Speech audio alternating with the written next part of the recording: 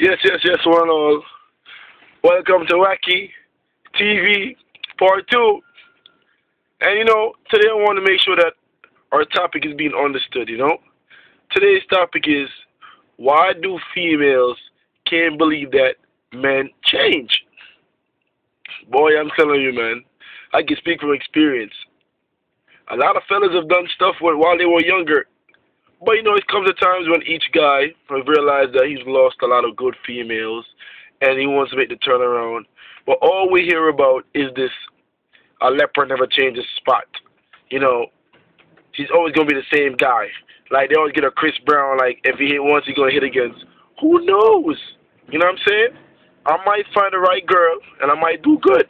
When a man say he changes, why can't y'all believe him? I do want to settle down. You know what I'm saying?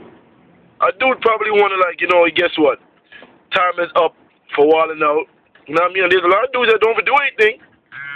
But girls just tell them, like, yo, listen, man. Oh, all men are dogs. All men are this. All men are that. All men are not the same. Can we say all women are the same? No, we can't. So don't say all men are the same. So, fellas, listen, man. If you see a good girl you want to, try your best.